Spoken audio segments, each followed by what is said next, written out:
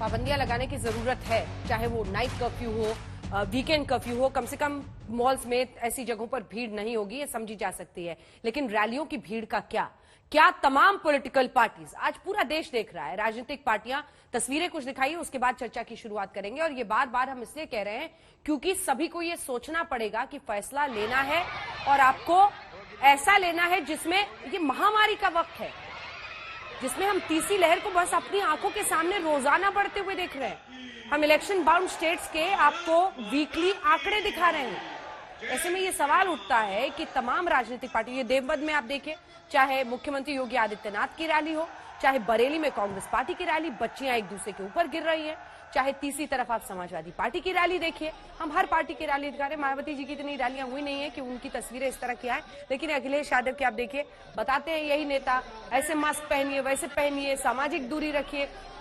लेकिन जब रैली की बात आती है, जब चुनावों की बात आती है, जब लगता है कि कहीं हम रेस में पीछे ना छूट जाए, तब ये सभी भूल जाते हैं। दिखा दे इस भीड़ में अगर किसी ने मास्क पहना हुआ है, जितने लोग वहां पर मौजूद हैं। यहां पर आप भीड़ कम बोलेंगे और वहां पर जब ग्राउंड में जाते हैं तो आपको लगता है कि अब तो सब ठीक है। ये देखिए, ये आप देख रहे हैं रैलियों में किस तरह की भीड़ उमड़ रही है। इससे किसकी नींद जगेगी, खुलेगी, मिटेगी, ये बात नहीं है। सवाल है कि सावधानी के साथ क्या एक देश के तौर पर हम आगे बढ़ रहे हैं, चर्चा कर रहे हैं। किसी मुल्क में आप ऐसा नहीं देखेंगे, तमाम जगहों पर सावधानी लोग बरतते हैं, लेकिन यहां पर आप देखेंगे कि रैलियों में कोई पीछे हटने को तैयार नहीं है, क्योंकि सबको लगता है कि बाजी में पीछे ना रह जाए। आलोक जी, आप संबित जी की बातों का जवाब दे रहे थे। देखिए, मैं सबसे पहले तो जो कुरैशी साहब ने कहा, उसके बाद कुछ भी कहने को बचता नहीं। पूरा की पूरी जिम्मेवारी सरकार के पास है, और उसका मैंने भी आधार दिया कि क्या विपक्ष रैलियां रोक सकता है, क्या विपक्ष के कहने पर इलेक्शन कमीशन काम करता है। मुझे तो लगता है इलेक्शन कमीशन भी सरकार को कहीं ना कहीं बचाने का काम कर रहा है जिम्मेवारी से। जिस तरह से आज हम डिबेट में सरकार को बचाने का काम कर रहे हैं कुछ लोग, मुझे लगता है इलेक्शन कमीशन को सरकार से बात करनी चाहिए थी। क्या उत्तर प्रदेश के हेल्थ डिपार्टमेंट से इलेक्शन कमीशन ने बात की? क्या उनसे डाटा लिया? क्या कोऑर्डिनेशन कमेटी इलेक्शन कमीशन ने कोई बनाई? शायद कहीं पर कुछ नहीं हुआ। एक जज हैं, वो भी चिट्ठी लिख रहे हैं मोदी साहब को कि इलेक्शंस को पोस्टपोन कर दीजिए। वो ये नहीं लिख रहे कि मोदी साहब आप अपनी रैलियों को बंद कर दीजिए। किसको बचाया जा रहा है? पूरी डिबेट में सरकार कहीं पर जिम्मेदार नहीं दिख रही है।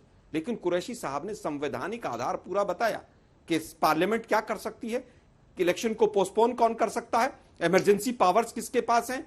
लेकिन अभी भी संबित जी पूछ रहे हैं, इनसे तीनों से पूछिए कौन क्या करेगा। अरे भाई, सरकार आप चला रहे हैं, पकौड़े क्यों तल रहे हैं आप लोग? इस देश के अंदर कोर्ट बता रहा है कि 12वीं के बोर्ड के एग्जाम होंगे, कब नहीं होंगे। 3 जून की तारीख को इलेक्शन होंगे कि नहीं होंगे, ये विपक्ष बताए। मतलब पहली अजीब परंपरा चल रही है कि रैलियां बंद होनी चाहिए, ये जिम्मेवारी बंद होनी चाहिए। मोदी जी कहते हैं 2 गज दूरी है, मास्क जरूरी, फिर शाम को आकर यहां पर ज्ञान पेलते हैं इस तरह का, और दिन में जाकर रैलियां करते हैं। मोदी जी, आप देश के प्रधानमंत्री हैं, आपके सामने 400 लोग खड़े होते हैं, 400 के 400 ने मास्क लगाया होता है, अकेले मोदी साहब को कोरोना नहीं खाता है। दुर्भाग्यपूर्ण है। देश के प्रधानमंत्री किस तरह का एग्जाम्पल सेट कर रहे हैं, ये पूरा देश देख रहा है। लेकिन आज भी सरकार अपनी जिम्मेदारी से भागना चाहती है। ये क्या भाषा चल रही है? आलोक जी, आप मुझे केवल ये बताइए ना, मोदी जी बिना मास्क के तमाम बड़ी बड़ी रैलियां करते हैं और फिर दिल्ली में आकर ज्ञान पेलते हैं। क्या ये सच्चाई है कि नहीं है? पूरे शो के अंदर अंजना जी सरकार से सवाल नहीं पूछ रही है, विपक्ष क्या कर रहा है, विपक्ष क्या कर रहा है। अरे भाई, सरकार से पूछो ना, सरकार क्या कर रही है?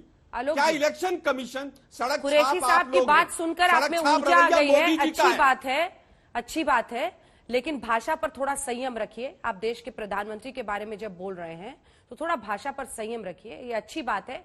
तमाम राजनीतिक पार्टियां ने अगर चुनाव आयोग से कह दिया होता उस दिन यूपी में कि चुनाव पोस्टपोन कर दीजिए, तो इनके पास कुछ नहीं होता कहने को। आप समझ गए आलोक जी? कुछ नहीं होता इनके पास कहने को। बार बार यही कह रहे, मैं तो कह रही हूँ चुनाव आयोग भी शामिल है इलेक्शन कमीशन। आलोक शर्मा, आप मेरा सवाल पहले सुनिए, बात को सुनिए। अगर दिमाग में आपने पहले से कुछ निर्धारित कर रखा है तो उसको निकालिए। देश ऐसे नहीं चलता है। और अगर मुझे किसी को बचाना होता ना, तो आज मैं ये बहस नहीं करती मिस्टर आलोक शर्मा। इसलिए आप बेवजह की बात ना करें। जो मैं आपको कह रही हूं उसको समझिए। मैं आपसे ये कह रही हूं कि अगर चुनाव आयोग को तमाम पार्टियां इनकी आवाज नीचे करो, इनको आवाज नहीं जाती है क्या? नहीं, आपका सर्टिफिकेट नहीं चाहिए। लेकिन एक बात आलोक शर्मा जी सुन लीजिए, एक बात सुन लीजिए कि आज ये बहस मैं ही कर रही हूं और मैंने ही तय किया है। और मुझे ये लग रहा है कि ये जरूरी है, इसीलिए मैंने किया है। मुझे आपसे सीखने की जरूरत नहीं है। लेकिन हाँ, चुनाव आयोग को अगर तमाम राजनीतिक पार्टियों ने कह दिया होता कि चुनाव का डेट आप पोस्टपोन कर दीजिए, तो चुनाव आयोग अपने आप को इससे नहीं भगा पाता। वो कहता कि चुनाव आगे के लिए पोस्टपोन कर दिया जाएगा और उसके बाद से पूरी परिस्थिति बेहतर हो जाती। लेकिन उस समय तो आप लोगों ने सब कह दिया कि चुनाव वक्त पर होना चाहिए। अब आप कह रहे हैं कि ये क्या हो गया, वो क्या हो गया। क्या गलत कह रही हूं मैं? आपने नहीं बोला था क्या कांग्रेस ने यूपी में? कांग्रेस ने यूपी में बोला था कि नहीं बोला था? ये देश संविधान से चलता है। हाँ, तो कांग्रेस ने ये बोला देश था कि नहीं संविधान बोला से था? चलता है। क्या पॉलिटिकल पार्टीज अगर लिख कर दे देंगी तो इलेक्शन पोस्टपोन हो जाएगा क्या? क्या हाँ उसके या लिए ना? तरीका आप उत्तर खोजिए दे ना। दीजिए मुझे। तो चुनाव आयोग बताता फिर आगे का रास्ता। तरीका विपक्ष खोजेगा ना।